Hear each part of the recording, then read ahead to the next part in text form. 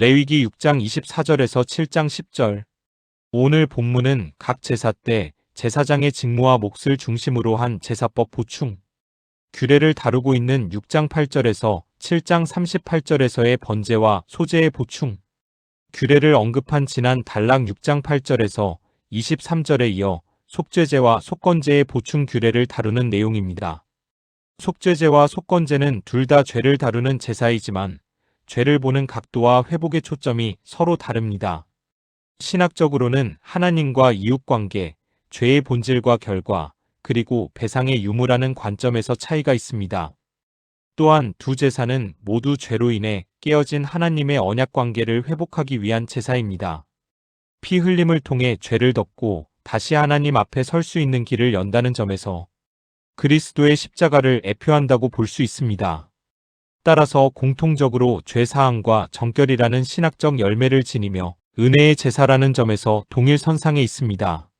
한편 속죄제는 주로 죄 그 자체를 다루며 하나님의 거룩을 침범한 죄의 더러움을 정결케 하는데 초점이 있습니다. 즉 율법을 어긴 행위로 인해 하나님과의 관계가 훼손된 것을 회복하는 제사입니다. 4장에서 제사장, 회중, 지도자, 평민이 부지 중에 범한 죄를 깨닫게 되었을 때 속죄제를 드리라고 규정하고 있습니다. 여기서 중요한 것은 죄의 의도성보다 죄가 하나님의 거룩하심을 더럽히고 성소와 공동체를 부정하게 만들었다는 사실입니다. 그러므로 신학적으로 속죄제는 죄의 본질과 존재론적 오염을 다루는 제사인 것입니다. 또한 신학적인 핵심은 하나님 앞에서 죄인의 지위가 의롭다 하심을 얻는 사건에 있는 것입니다. 반면 속건제는 죄로 인한 손해와 관계의 구체적 회복에 있습니다. 5장에서 6장은 하나님의 성물에 대한 침해, 재산상의 손해, 거짓, 맹세 등 타인의 권리와 소유를 침해한 경우를 다루고 있습니다. 이때는 단순히 제사를 드리는 것으로 끝나지 않고 원금 더하기 5분의 1을 더하여 돌려주는 배상을 해야 합니다. 그러므로 신학적으로 속건제는 죄가 가져온 관계적 손상과 구체적 피해를 바로잡는 데 중심이 있습니다. 24절에서 30절은 속죄제의 보충 규례에 관한 내용입니다.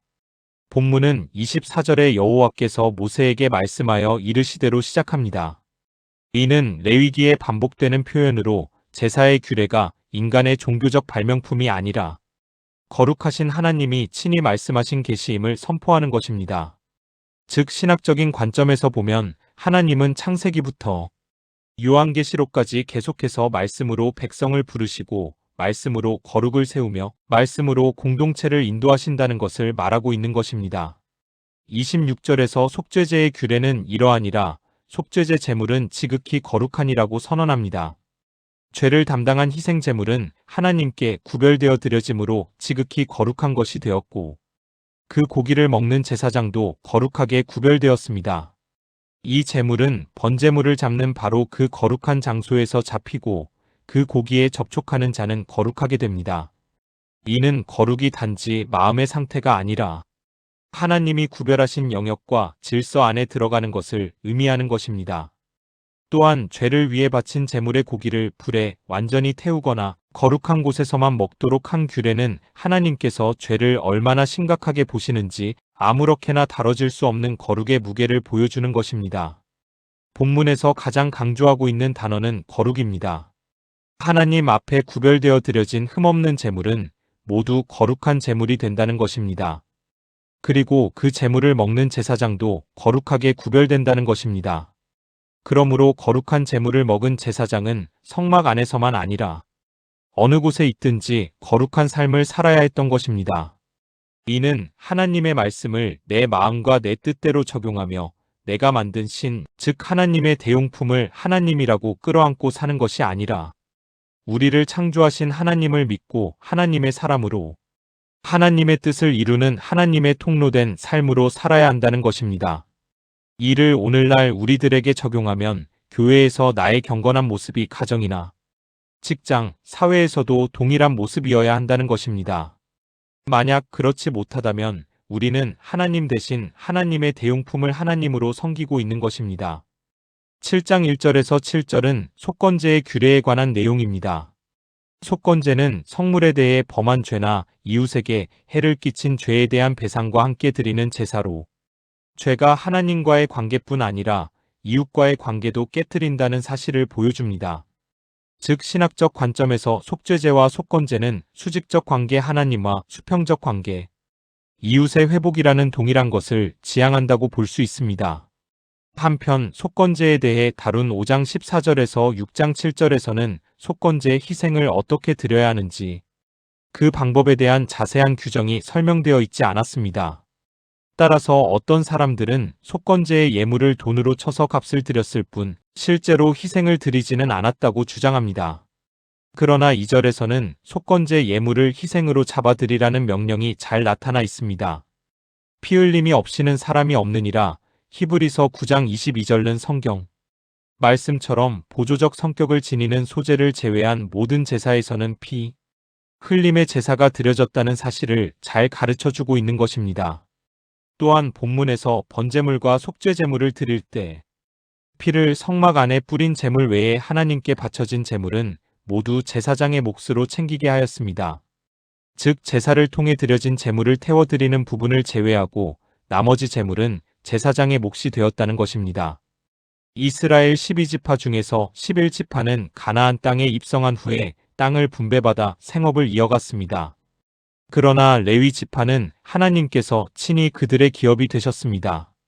그래서 아론의 후손인 제사장 레위 지파는 하나님께서 임재하시는 성막에서 일을 하면서 생계를 이어가게 되었다는 것을 본문은 잘 보여주고 있는 것입니다.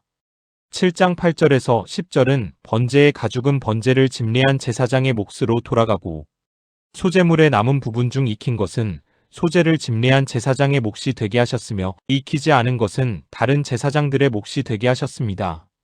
즉 아론의 모든 자손이 균등하게 분배하도록 하셨다는 것입니다.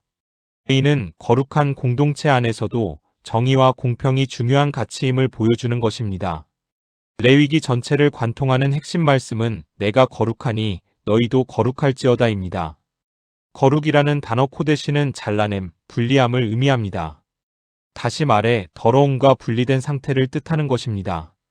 거룩은 하나님에게만 있는 성품입니다. 그래서 하나님께서는 이스라엘 백성을 선택하시고 내가 거룩하니 너희도 거룩하라고 명령하셨던 것입니다. 레위기 11장 44절에서 45절. 그런데 하나님 앞에서 늘 거룩함을 유지하는 것은 쉬운 일이 아닐 것입니다. 그러나 하나님의 말씀을 지키며 살아갈 때 하나님은 우리를 자신의 성품을 닮은 사람으로 다듬어 가실 것입니다. 그러기 위해서는 우리는 성령이 충만한 신앙생활을 해야 할 것입니다. 왜냐하면 성령의 역할이 하나님을 알게 하고 믿게 하며 하나님의 말씀대로 살아갈 수 있는 힘이 생기게 하는 것이기 때문입니다. 그러므로 우리들이 기도할 것은 성령 충만일 것입니다. 이런 기도는 하나님이 항상 기뻐하시며 기도의 응답도 즉각적으로 해준다는 것을 느낄 수 있을 것입니다. 그래야만 우리들은 세상과 구별된 백성으로 살아갈 수 있을 것입니다. 이 시간 나는 세상과 구별된 거룩한 백성으로 살아가고 있는지 한번 점검해 보는 시간이 되었으면 합니다.